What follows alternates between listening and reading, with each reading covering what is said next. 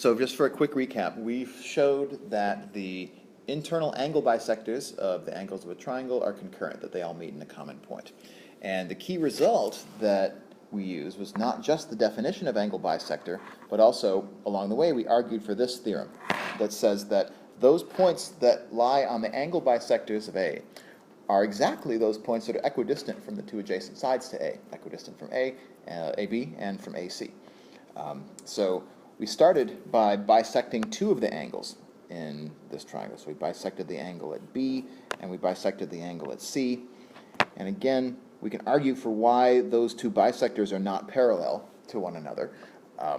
Because if they were parallel to one another, that's tough. Then B and C would have to be 180-degree angles or something like that in order to make perpendicular, parallel angle bisectors. So that's not possible in a triangle because the angles have to add up to 180. So we know that they intersect at a common point that we call P. And then our goal is to just show that that point P also lies on the third angle bisector, the one that we didn't draw in the original triangle, and then smartly we've kind of sketched in a different color here to indicate that it was something new in the argument. Okay, and so we just made a series of congruency arguments about triangles that we find in this figure. So we knew that the angles labeled theta were congruent by the very definition, by the construction of the line BP. It was constructed to be the the angle bisector at B, and so those two angles are guaranteed to be congruent just by definition. And likewise, the angles labeled phi on this diagram are congruent because by construction, CP was the angle bisector. And so what we ended up with was, on each side of this figure, a pair of triangles. So let's start with BDP, this triangle right here, and then also BEP, this triangle right there, that those triangles were congruent. And the argument for congruence there was an angle-side argument, because in each case what we had was one angle, let's say the right angle that we started with on each of these. So here's our first angle, right angle, right angle. And then the next angle, which was our theta, and then the side that was congruent was the side that they share in common, BP. Okay? And so angle, side, being a valid congruency criterion, showed that those two triangles were congruent. And the most important consequence of that was that PD and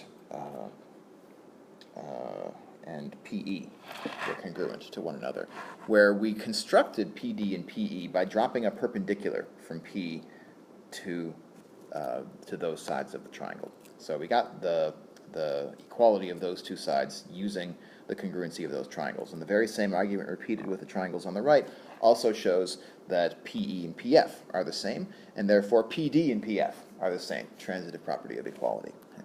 So now we know that this point P, which is the intersection of our first two angle bisectors, is equidistant from AB and from AC. And so to complete the argument, we need this theorem running the other direction. We need to show that because it's equidistant from those two sides, that it must lie on the angle bisector. If we do that, then we're done, because that makes this green dotted line the angle bisector at A, and makes P the concurrency point of all three angle bisectors in the triangle. And so what we wanted was to make this one last argument about the congruency of these two triangles, ADP and AFP.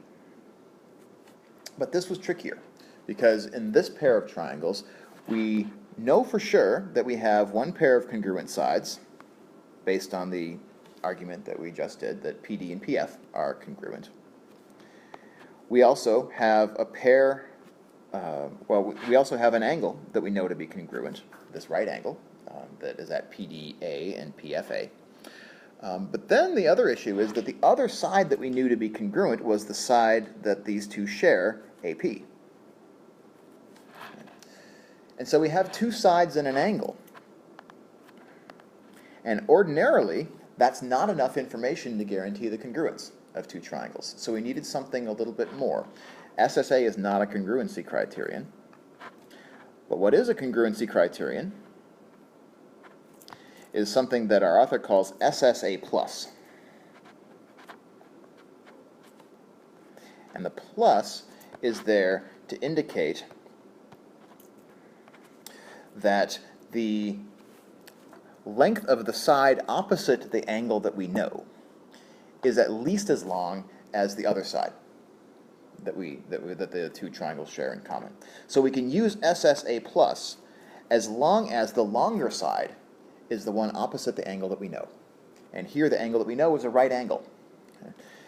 So if we can argue why the side opposite the right angle is longer than the other side, then we can use this congruency criterion. And to guarantee that, we plugged in the other result from Chapter 1, 1.5.3, that tells us that the hypotenuse of a right triangle is always its longest side. Hypotenuse is always the longest. And indeed, AP is, in fact, the hypotenuse of each of these triangles. Therefore, it's the longest side, and because it's opposite the angle that we know, the SSA plus congruency criterion is satisfied, which guarantees that ADP and AFP are congruent, and therefore all their corresponding angles are congruent, and therefore, big finish, the angle DAP and the angle FAP are congruent. So if I call these alpha or something, then those angles are congruent, which makes AP the angle bisector, which is what we were trying to prove. And because it lies on the angle bisector of the angle at A, and by construction it lied on the other two angle bisectors as well, it lies on all three angle bisectors, and so all three intersect at a common point.